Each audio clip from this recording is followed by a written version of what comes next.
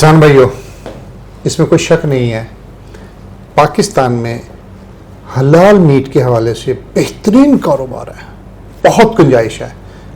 آپ جتنا اس میں جتنی پنجابی میں کہتے ہیں نا جنا جھوٹ بولو نہ تھوڑا ہے، اس میں جتنا بھی آپ کہہ سکتے ہو نا وہ ہو سکتا ہے، ناممکن نہیں ہے. اور آج کا ہمارا ٹاپک یہ ہے کہ ہم جدید نسل کے جانور، بہترین ورائٹیز کے جانور اور بہترین امپورٹڈ ورائٹیز کے جو اچھے دودھ دینے والے اور اچھے گوشت دینے والے جانوروں کی نسل کیسے ہم بنا سکتے ہیں.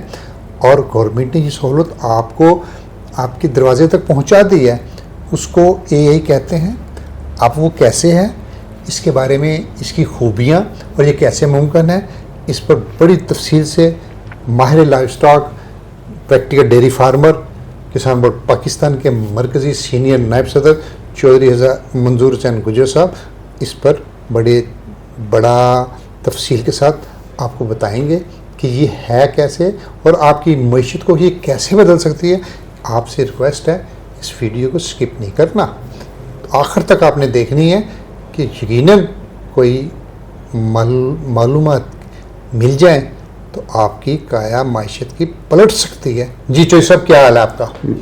الحمدللہ ٹھیک ہے. جی جی آپ ذرا یہ بتائیے گا کہ جدید نسل جانوروں کی بہترین نسلوں کے کہ جس کو ہم اے کے حوالے سے بھی نام لیتے ہیں، اس کے بارے میں ذرا میرے کسانوں کو سادہ الفاظ میں ذرا بتائیے گا، یہ کیسے بہتر ہے اور کسان کی معیشت کیسے مضبوط ہو سکتی ہے، ذرا یہ بتائیے گا. بسم اللہ الرحمن الرحیم. چوری اختر فاروق صاحب،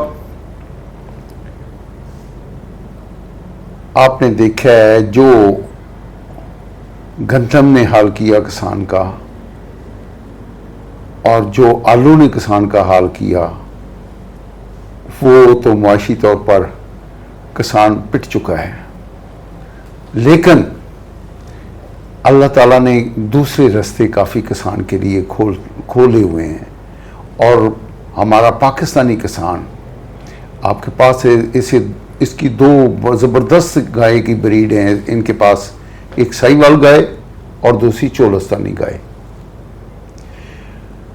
یہ گائے دونوں گرمی سردی زبردست قسم کا پرفارم کرتی ہیں اور صحت کے حوالے سے اور گوشت کے حوالے سے یہ دونوں مشہور قسمیں ہیں گائے کی، ساہیوال بھی اور چولستان بھی. تو اب تو جدت آ گئی زبردست قسم کی. آپ نے آرٹیفیشل انسیمینیشن کی بات کی ہے، اے جسے ہم کہتے ہیں. تو اگر اس میں چولستانی میں یا یہ ساہیوال گائے ہے، اس میں انسیمینیشن کر دی جائے اس کی فریزن کی یا ہاسٹن فریزن کی یا امریکن فریزن کی، اسے ٹیکہ رکھ دیا جائے تو اللہ تعالیٰ کی کرم نوازی سے یہ ایک انقلاب، معاشی انقلاب آ سکتا ہے کسانوں کے حوالے سے. وہ ایک کسان کی جو گائے 10-12 لیٹر دودھ کر رہی ہے، وہ انشاءاللہ وہ 2 سال میں بچڑی تیار ہو کر اس کی جو اے والی بچڑی ہے وہ اس کو 30 لیٹر پر لے جا سکتی ہے.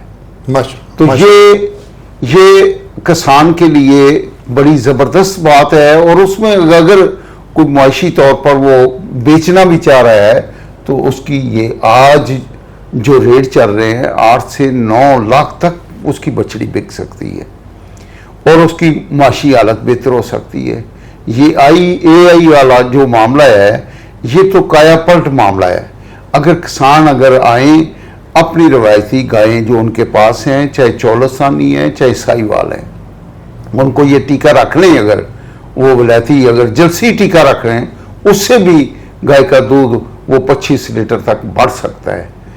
تو یہ 10 لیٹر کرنے والی انشاءاللہ 25 لیٹر پر آ جائے گی. سر بڑی بریکنگ نیوز ہے، 10 لیٹر والی 25 پر جائے، اور کیا چاہیے. لیکن اب سوال یہ پیدا ہوتا ہے میرے ناظرین کسان بھائیوں کو، بے انتہا لوگوں کو نہیں پتا یہ اے ملے گا کہاں سے، ذرا اس والے سے. جی بازار میں زبردست کمپنی ہے جی. وہ اگر اپنا پہلے تو حکومت نے بھی کوشش کی تھی وہ اپنا نسیم صادق کے دور میں جی